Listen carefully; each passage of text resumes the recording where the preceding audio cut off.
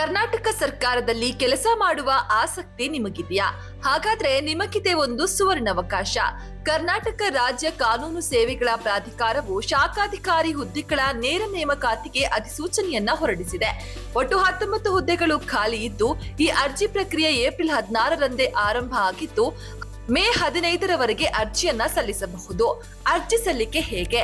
ಹಂತ 1, ಅಧಿಕೃತ ವೆಬ್ಸೈಟ್ಗೆ ಭೇಟಿ ನೀಡಿ.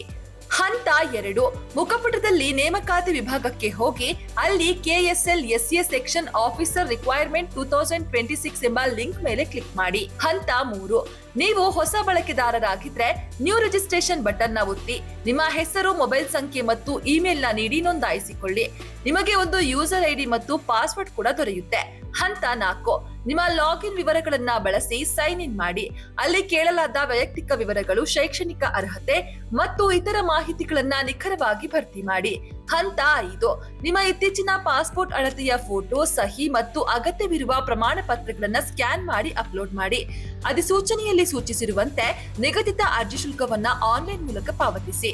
ಅರ್ಜಿಯನ್ನ ಅಂತಿಮವಾಗಿ ಸಲ್ಲಿಸುವ ಮುನ್ನ ಎಲ್ಲಾ ವಿವರಗಳು ಸರಿಯಾಗಿವೆಯೇ ಎಂದು ಒಮ್ಮೆ ಪರಿಶೀಲಿಸಿ ನಂತರ ಸಬ್ಮಿಟ್ ಬಟನ್ ನ ಒತ್ತಿ. ಅರ್ಜಿ ಸಲ್ಲಿಕೆ ಪೂರ್ಣಗೊಂಡ ನಂತರ ಭವಿಷ್ಯಕ್ಕಾಗಿ ಭರ್ತಿ ಮಾಡಿದ ಅರ್ಜಿ ನಮೂನೆಯ ಪ್ರತಿಯನ್ನ ಡೌನ್ಲೋಡ್ ಮಾಡಿ ಪ್ರಿಂಟ್ ತೆಗೆದುಕೊಳ್ಳಿ.